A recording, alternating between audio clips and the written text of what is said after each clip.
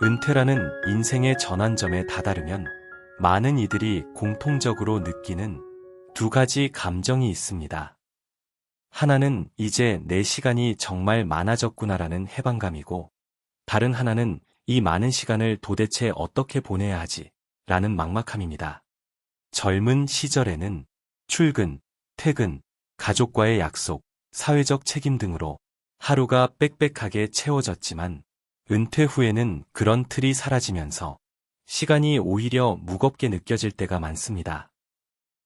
그래서 어떤 이들은 하루 종일 TV를 보거나 멍하니 시간을 보내다가 저녁이 되어서야 오늘도 그냥 흘려보냈구나라는 아쉬움을 느끼곤 합니다. 하지만 이 남는 시간을 어떻게 활용하느냐에 따라 은퇴 후 삶의 질이 크게 달라집니다. 갓생이라는 말처럼 은퇴 후에도 자기만의 의미와 활력을 찾으며 살아가는 이들이 있습니다. 그 차이는 결국 시간 관리에서 비롯됩니다. 오늘은 동서양의 명언을 곁들여 은퇴 후 시간을 주체적이고 의미 있게 보내는 방법에 대해 이야기해 보려 합니다. 당신은 요즘 시간을 어떻게 보내고 계신가요? 우선 은퇴 후 가장 먼저 마주하는 변화는 하루의 시작과 끝이 자유로워졌다는 점입니다. 이제 늦잠도 자고 밤늦게까지 TV를 봐도 되겠지라는 생각이 들 수도 있습니다.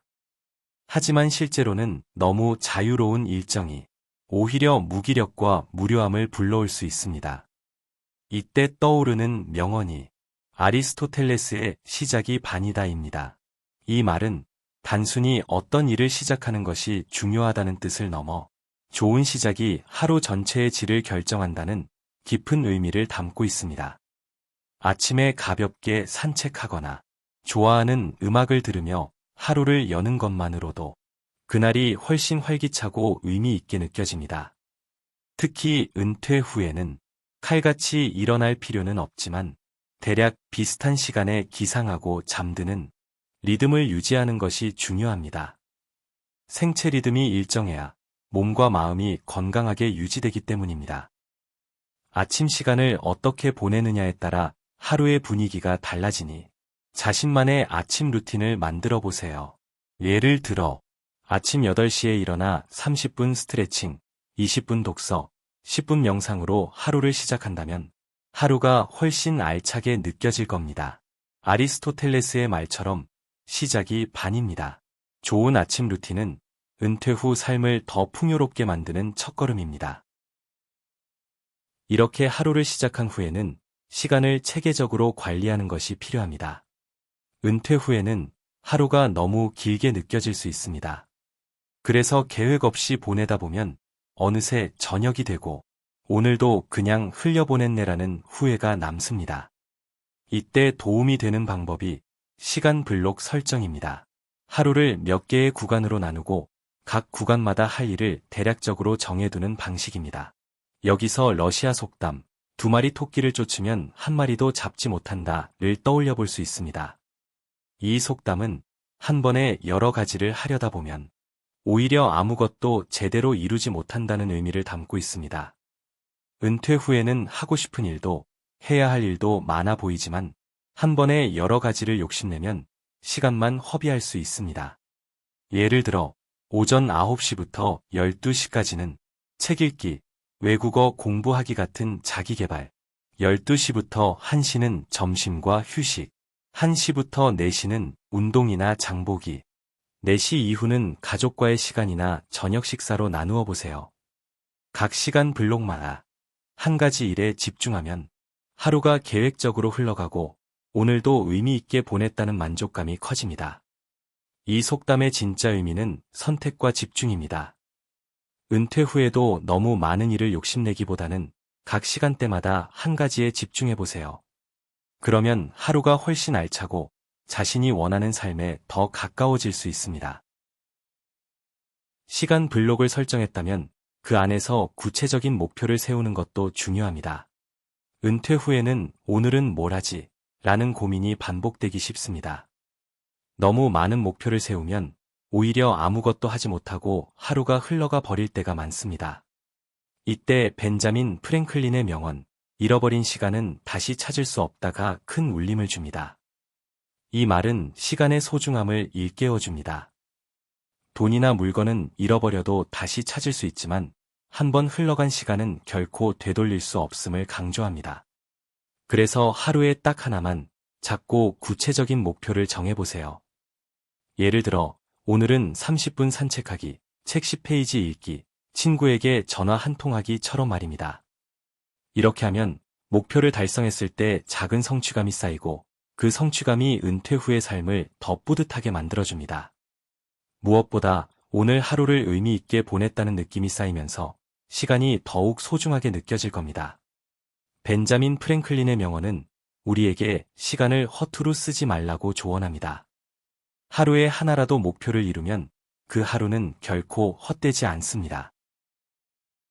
목표를 세우고 시간을 계획하는데 열중하다 보면 때로는 이제는 생산적인 일만 해야겠다는 부담에 사로잡힐 수 있습니다.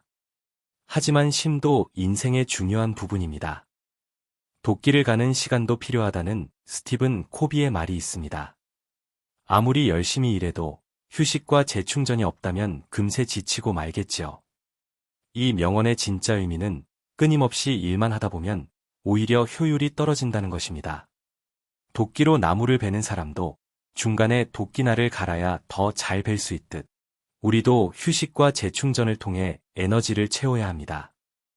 은퇴 후에는 낮잠을 자거나 좋아하는 TV 프로그램을 보거나 창밖을 바라보며 멍하니 보내는 시간도 필요합니다.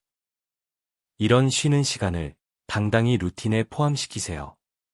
그래야만 은퇴 후의 일상이 지속 가능하고 오히려 더 활기차게 살아갈 수 있습니다. 예를 들어 오후 3시부터 4시까지는 좋아하는 드라마를 보거나 차를 마시며 휴식하는 시간을 정해두는 식입니다.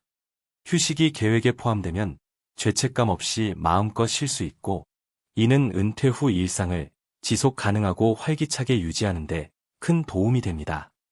스티븐 코비의 명언은 우리에게 휴식은 게으름이 아니라 더 나은 내일을 위한 준비라는 사실을 일깨워줍니다.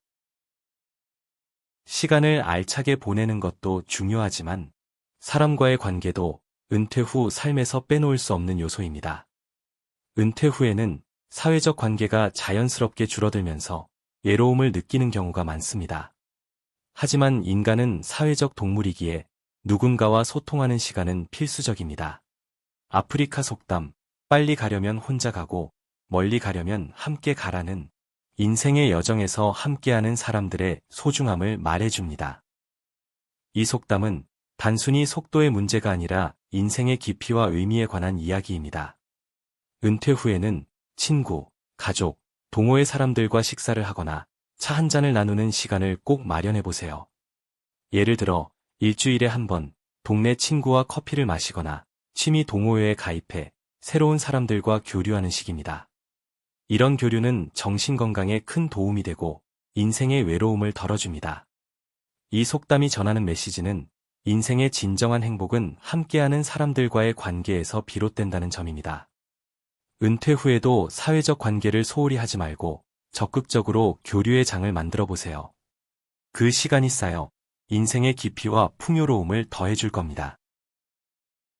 한편 현대인의 삶에서 디지털 기기는 때려야 뗄 수 없는 존재입니다. 특히 은퇴 후에는 유튜브나 SNS에 빠져 무의미하게 시간을 보내기 쉽습니다. 이때 노자의 시간은 만들어내는 것이다. 시간이 없다는 말은 하고 싶지 않다는 말과 같다는 명언이 큰 깨달음을 줍니다. 이 말은 시간의 주도권이 우리 자신에게 있음을 강조합니다. 스마트폰이나 TV에 휘둘리며 시간을 허비하는 대신 스스로 시간을 만들어내고 그 시간을 내가 원하는 일에 쓸 수 있다는 뜻이지요. 예를 들어 스마트폰 알림을 끄거나 하루에 디지털 기기 사용할 시간을 한두 시간으로 제한해보세요.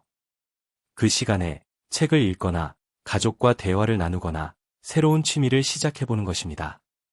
노자의 명언은 우리가 시간의 주인임을 상기시킵니다. 디지털 기기 사용을 스스로 조절하면 은퇴 후의 시간을 훨씬 더 효율적으로 사용할 수 있을 겁니다. 은퇴 후 시간은 그동안 바쁘게 살아오며 누리지 못했던 자유와 가능성의 시간입니다. 이제는 조직이나 사회가 정해준 시간표가 아니라 오롯이 내가 주체가 되어 하루를 설계할 수 있는 시기입니다. 실제로 전문가들은 은퇴 후에는 현역 시절처럼 빽빽한 스케줄이 아니라 자신만의 루틴과 느슨한 일정표를 만들어야 지속 가능하고 활력 있는 노후를 보낼 수 있다고 조언합니다. 하루를 오전, 오후, 저녁으로 나누고 산책, 취미, 가족과의 시간을 균형 있게 배치하면 무리하지 않으면서도 무료하지 않은 일상을 만들 수 있습니다. 또 은퇴 후에는 시간의 수용자에서 통제자로 신분이 전환됩니다. 즉, 더 이상 남이 정해준 일정에 맞추는 것이 아니라 스스로 시간을 지배해야 하는 시기인 만큼 내면의 자아가 무엇을 원하는지, 어떤 삶을 살고 싶은지에 대해 깊이 고민해보는 과정이 필요합니다. 취미나 관심사를 찾아 나만의 공간과 동선을 개발하고 다양한 경험을 쌓는 것도 삶을 풍요롭게 만드는 중요한 방법입니다. 때로는 내가 오늘 하루를 왜 이렇게 보냈을까 하고 스스로에게 물어보는 것만으로도 삶의 방향이 다시 정리되곤 합니다. 무엇보다 중요한 것은 속도가 아니라 방향에 집중하는 태도입니다. 마하트마 간디가 말했듯 인생은 단순히 바쁘게 사는 것, 많은 일을 해내는 것이 전부가 아니라 얼마나 의미 있게 살아가느냐에 달려 있습니다. 철학자 피에르 상소 역시 느림이란 시간을 급하게 다루지 않고 시간의 재촉에 떠밀려가지 않겠다는 단호한 결심에서 나오는 것이라고 했습니다. 은퇴 후에는 느린 삶 속에서 진정한 자기 자신을 발견하고 나만의 속도로 인생을 채워가는 것이 중요합니다. 오늘부터 작은 루틴을 만들고 하루에 한 가지 목표를 실천하며 소중한 사람들과 시간을 나누고 새로운 도전에 나서보세요. 그리고 무엇보다 내 시간을 주체적으로 나답게 살아가겠다는 마음가짐을 잊지 마시길 바랍니다. 그렇게 쌓인 매일의 순간들, 그것들이 은퇴 후 삶을 갓생으로 더욱 빛나게 만들어줄 겁니다. 그렇다면 이제 오늘 이야기의 핵심을 다시 한번 정리해볼까요? 첫째, 아침 루틴을 만들어 하루의 시작을 활기차게 여세요. 둘째, 하루를 시간 블록으로 나누고 각 시간에 한 가지 일에만 집중하세요. 셋째, 작고 구체적인 목표를 하루에 하나씩 세워 성취감을 느껴보세요. 넷째, 휴식도 당당하게 일과의 일부로 포함시키세요. 다섯째, 누군가와 소통하는 시간을 루틴에 넣어 외로움을 예방하세요. 여섯째, 디지털 기기를 조절하고 진짜 원하는 일에 시간을 쓰세요. 6가지 실천만으로도 은퇴 후의 시간은 막막한 공백이 아니라 내 삶을 더 깊고 풍요롭게 만드는 기회가 될 수 있습니다. 지금 이 순간부터 당신의 하루는 충분히 의미 있고 아름다울 수 있습니다. 이 영상이 마음에 와닿으셨다면 구독과 좋아요, 그리고 공유로 따뜻한 지혜를 더 많은 분들과 나눠주세요. 삶의 지혜, 지금 이 순간 채널은 언제나 당신의 오늘을 응원합니다.